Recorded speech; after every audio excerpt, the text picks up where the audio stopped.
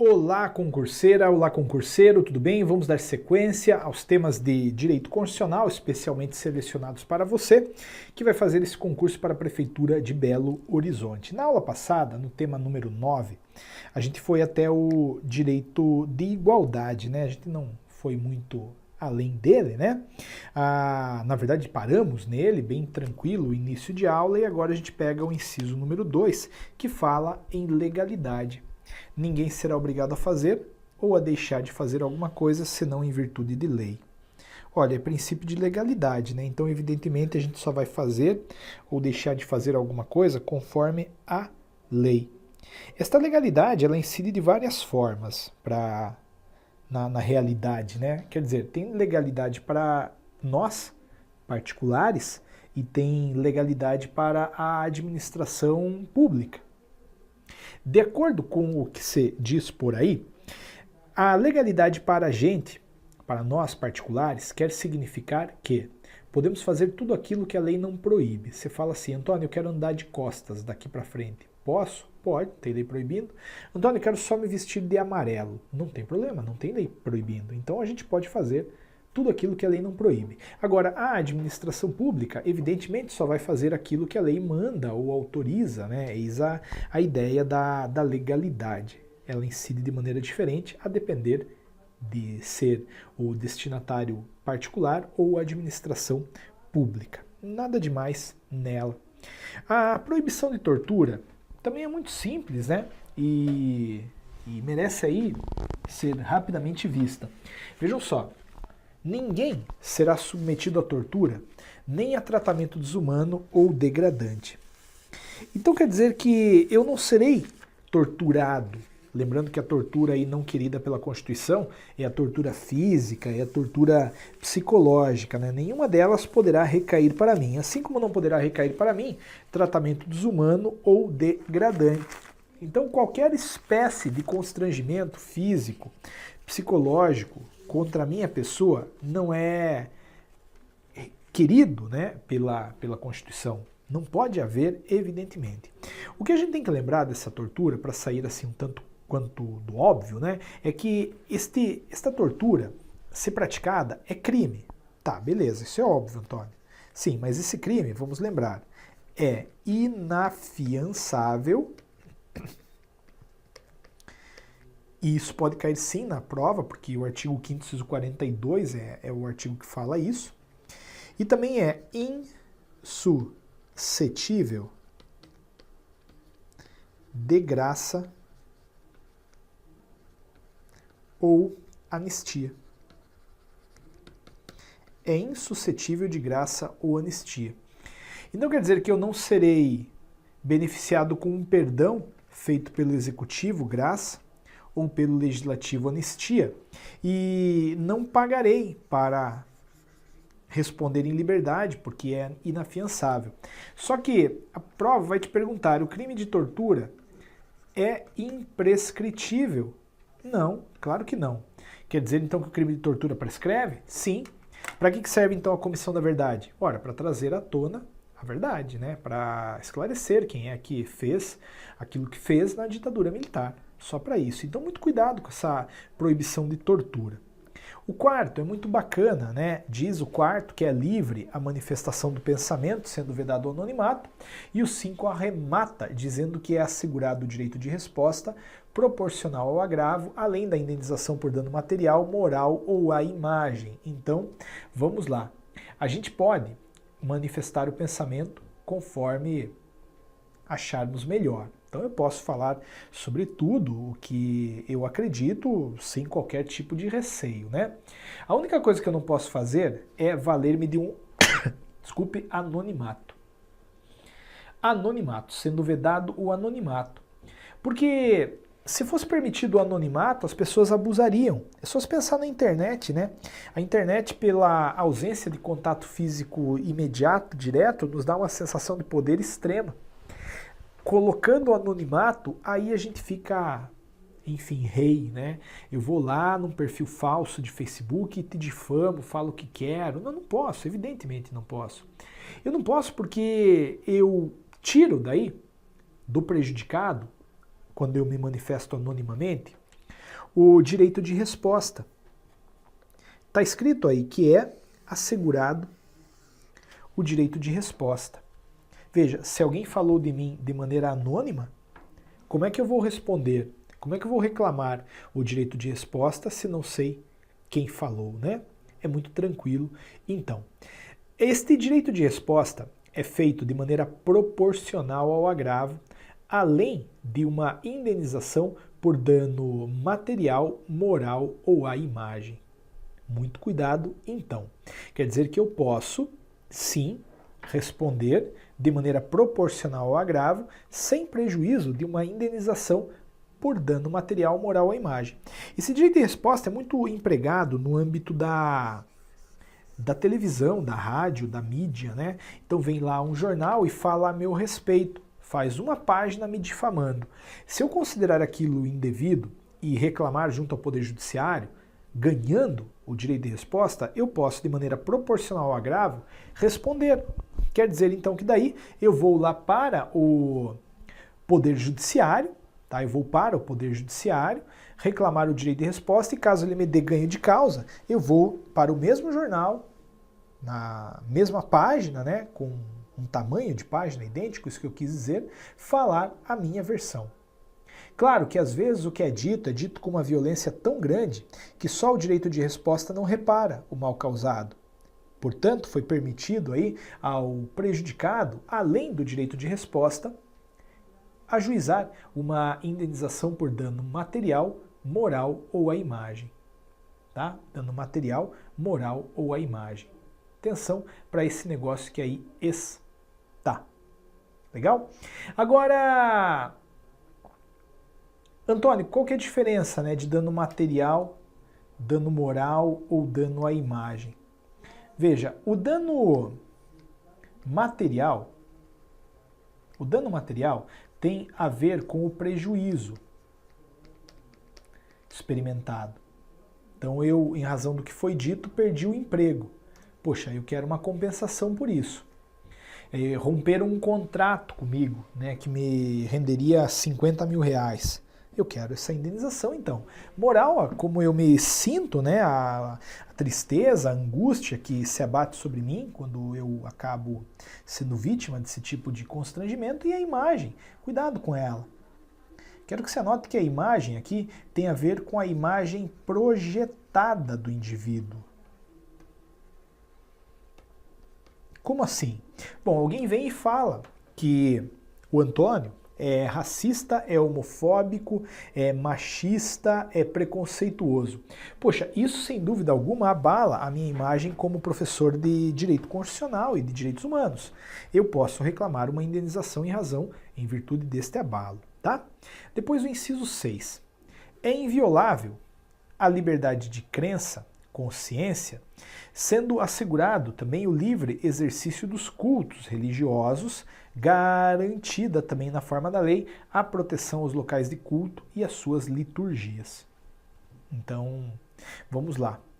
Eu posso, sem dúvida alguma, exercitar a minha crença, né, acreditando naquilo que quero, mudando de religião a qualquer tempo, acreditando em duas ao mesmo tempo, não tem problema. Mas também posso exercer o meu direito de culto. Quer dizer, eu vou à missa, eu vou à igreja, eu vou ao templo, eu vou a onde eu quiser professar junto com os que têm a mesma fé minha, aquela fé. Está garantido aí o direito de culto na Constituição. Só que é importante lembrar que também está garantida a consciência. O direito de consciência, a liberdade de consciência está prevista na Constituição. Essa consciência a gente pode atrelar a diversas conotações, né? Quero dizer, numa perspectiva religiosa, que parece é o que está aí predominando, eu posso ser ateu, por exemplo. Sim, posso ser ateu. Concorda? É a minha consciência. Agora, também eu posso levar essa discussão para, por exemplo, o âmbito político, né, ideológico, do tipo, eu sou de direita, sou de esquerda, enfim, cabe a mim, né, fazer aquilo que eu quero fazer, acreditar naquilo que eu quero acreditar. Bem tranquilo. Depois é assegurada, nos termos da lei, a prestação de assistência religiosa nas entidades civis e militares de internação coletiva. Isto é, eu posso, sim, enquanto padre, entrar num hospital público para levar aquele que está indo desta para melhor uma palavra de conforto. É assegurada, nos termos da lei, a prestação da assistência religiosa nas entidades civis e militares de internação coletiva. Nada demais, né? Esse daqui é bem importante. Agora, o inciso 8º, e dele a gente falou, de certa forma, lá no artigo 15, inciso 4º, você vai lembrar conforme eu for falando. Está escrito aí que ninguém será privado de direitos por motivo de crença religiosa ou de convicção filosófica ou política, salvo se as invocar para eximir-se de obrigação legal a todos imposta e recusar-se a cumprir prestação alternativa fixada em lei. Então, conforme eu já havia te dito lá nas primeiras aulas, eu não serei privado de direitos por força da minha convicção religiosa, filosófica ou política, claro que não. Mas é verdade que eu posso invocar uma dessas convicções para deixar de cumprir uma obrigação a todos imposta. Neste caso, não há problemas, desde que eu cumpra uma prestação alternativa fixada a seguir. O exemplo que eu te dei foi o exemplo do adventista de sétimo dia sendo convocado para ser jurado em tribunal do júri. Trata-se de uma obrigação a todos imposta, uma obrigação legal a todos imposta. Se porventura o tribunal marcar, né, a sessão lá para uma sexta-feira à noite, ele pode recusar-se aí, porque isso contraria a fé que lhe é particular. Neste caso, ele pode perfeitamente deixar de cumprir, mas aí tem que cumprir a prestação alternativa que será fixada em lei. Muito bem. Se ele negar-se a cumprir também a prestação alternativa, aí o que vai acontecer? Aí ele será privado de direitos. Quais direitos? Direitos políticos, por isso que a gente já havia visto lá no artigo 15, né? A perda ou a suspensão de direitos políticos incidirá sobre este nosso amigo. O inciso 9. É livre a expressão da atividade intelectual, artística, científica e de comunicação, independentemente de censura ou licença. Tá? Então é verdade que eu posso, de maneira livre, de maneira independente de censura ou licença, já explico a diferença, fazer aí uma atividade intelectual, artística, científica e de comunicação. Eu posso, portanto, escrever um livro, né, numa perspectiva de atividade intelectual. Eu posso escrever uma canção, numa perspectiva de atividade artística. Posso também fazer uma pesquisa qualquer, uma pesquisa científica. Posso também exercer aí a minha expressão, né, a minha atividade comunicativa, mantendo um blog, por exemplo, uma página na internet, um Facebook. Isso tudo independentemente de censura ou licença.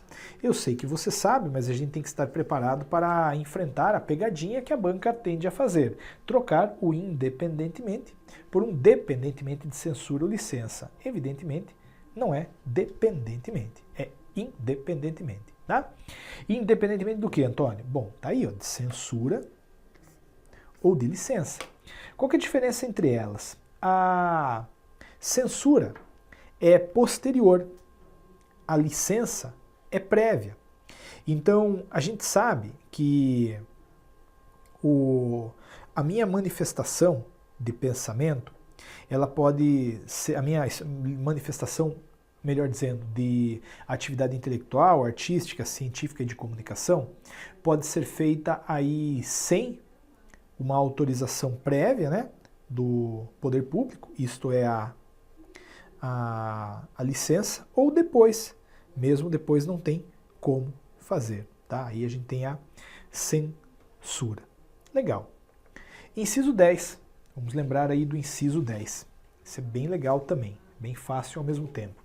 Diz o inciso 10 que são invioláveis a intimidade, a vida privada, a honra e a imagem das pessoas, garantindo-se aí uma indenização por dano material ou moral decorrente da sua violação. Então, a minha intimidade e a minha vida privada estão perfeitamente protegidas no texto constitucional. Antônio, mas qual que é a diferença, afinal de contas, de intimidade e de vida privada? Veja, a intimidade diz respeito àquilo que acontece, por exemplo, dentro de mim. Aqueles meus sentimentos, aquelas minhas convicções dizem respeito a algo relacionado à minha intimidade. Então, por exemplo, eu tenho uma opção religiosa XYZ, diz respeito à minha intimidade, ninguém tem que se meter. Eu sou, por exemplo, ateu, mas receio que propagar isso poderia me causar um certo desconforto, enfim, um certo preconceito. Então eu não quero divulgar que sou ateu, eu estou permitido, né? Tô assegurado nessa minha intimidade. Mas também a vida privada. E aí é que entra, né, a diferença. A vida privada, ela protege-me em aspectos não necessariamente íntimos, mas muito próximos da minha existência. Quer dizer, o que acontece na minha casa é problema meu, é problema da minha vida privada e não de ninguém. Ah, o Antônio dá festa na casa. E daí? A casa é minha, né? Isso diz respeito à minha vida privada, tá? Então eis a diferença. Eu não creio que venha na prova. Claro, uma pergunta querendo saber a diferença entre uma e outra. Mas eu já vi alunos falando assim, não, pera lá, a intimidade e vida privada é a mesma coisa, então não estão as duas protegidas, é só uma delas, é pegadinha. Claro que não, né? As duas estão protegidas. Assim como está protegida a honra e a imagem das pessoas. Então alguém fala algo a meu respeito, né? E que me difama, enfim, alguém espalha uma inverdade a meu respeito, prejudicando-me em minha honra, eu posso reclamar uma indenização por dano material ou moral. Agora, atenção para a questão da imagem, porque muita gente vai pensar, Antônio, mas espera lá, que redundância, né? Porque a imagem já havia sido mencionada aqui no inciso 5. Sim, mas aqui eu falava de uma imagem projetada. A minha imagem enquanto professor de Direito Constitucional. Aqui eu estou falando da minha imagem mesmo, a minha imagem retrato, quer dizer, alguém pegou uma foto minha, né, e sem minha autorização veiculou numa campanha publicitária, sabe-se Deus do quê.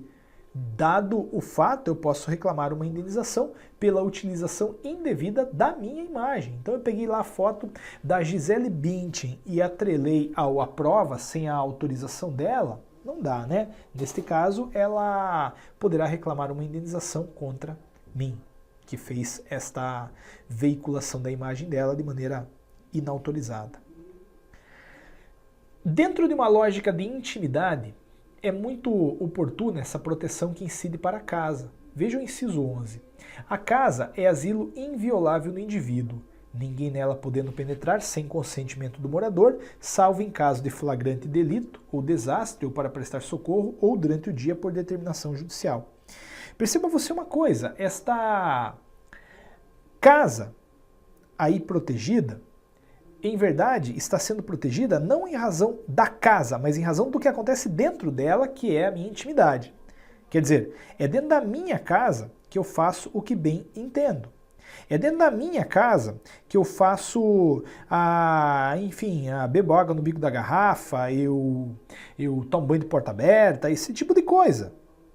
Cuidado, se a minha intimidade acontece de maneira determinante dentro da minha casa, evidentemente a minha casa tem que ser protegida.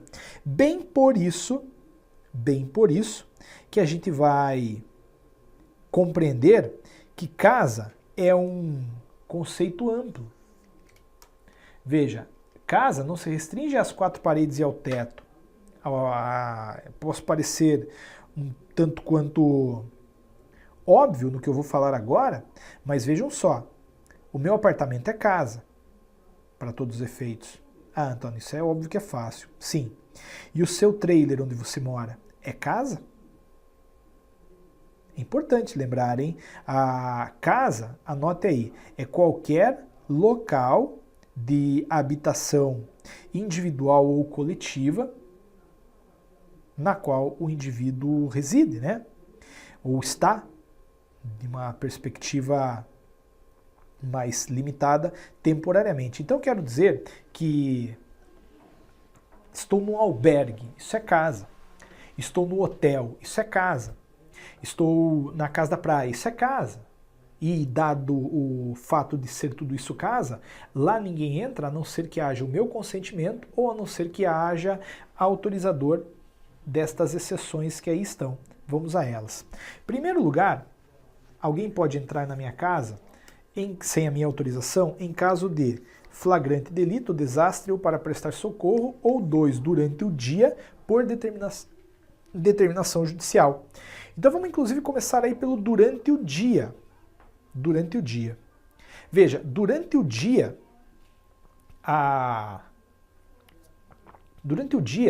alguém pode entrar lá na minha casa se o juiz mandar.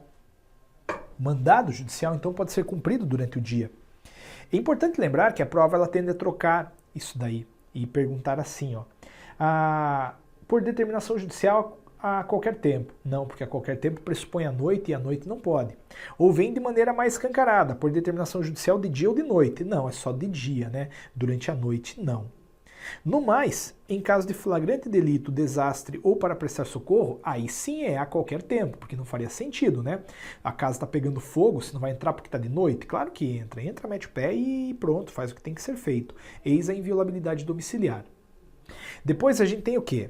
Ainda dentro de uma perspectiva de intimidade, o sigilo que incide para as correspondências. Veja lá, é inviolável o sigilo da correspondência e das comunicações telegráficas, de dados e das comunicações telefônicas, salvo, no último caso, por ordem judicial, nas hipóteses e na forma que a lei estabelecer para fins de investigação criminal ou instrução processual penal. Então, ainda numa proteção que incide para a minha intimidade, eu posso livremente fazer uma correspondência, certo que ninguém irá analisá-la, né, sem o meu consentimento. Então, eu mandei uma cartinha para você. Eu, evidentemente, estarei seguro, porque ninguém vai pegar esta carta e, sem o meu consentimento, ler. Ainda, comunicação telegráfica. Mandei um telegrama para alguém. Né? O problema hoje é achar quem manda telegrama, né? Mas que seja. Mandei um telegrama para você. Esse telegrama é inviolável. Lembrando, claro, que a Constituição é de 88, por isso aí a menção a ele, telegrama. Dados. Claro, dados bancários, dados fiscais, dados telefônicos, todos estes são protegidos pela Constituição. Dados bancários, fiscais e telefônicos. Tá? Além daqueles dados usuais, né, como RG, CPF, endereço, carteirinha de vacinação, tudo isso é apenas de uma pessoa, do seu titular. E aí vem a questão das comunicações telefônicas. Também são protegidas. Opa, mas Antônio, pera lá. Primeiro, você falou comunicações telefônicas agora. Ótimo. Só que agora há pouco você tinha falado que os dados telefônicos também são protegidos. E aí, qual que é a diferença? É gigante a diferença. Perceba você que o dado telefônico tem a ver com a ligação feita, com a ligação recebida, né? Estou falando evidentemente de número de ligação feita, número de ligação recebida, para quem eu mandei o torpedinho, quanto tempo durou a chamada. Então não estou falando em nada diferente daqueles dados formais relacionados à comunicação telefônica. Agora, a comunicação telefônica em si tem a ver com conversa. Então aqui, indo ao ponto, estou dizendo, sem a minha autorização, ninguém mesmo vai ouvir a minha conversa. Ninguém vai ouvir a minha conversa. Tá? O grampo telefônico, ele só poderá ser feito numa hipótese que está aí. Vamos ver.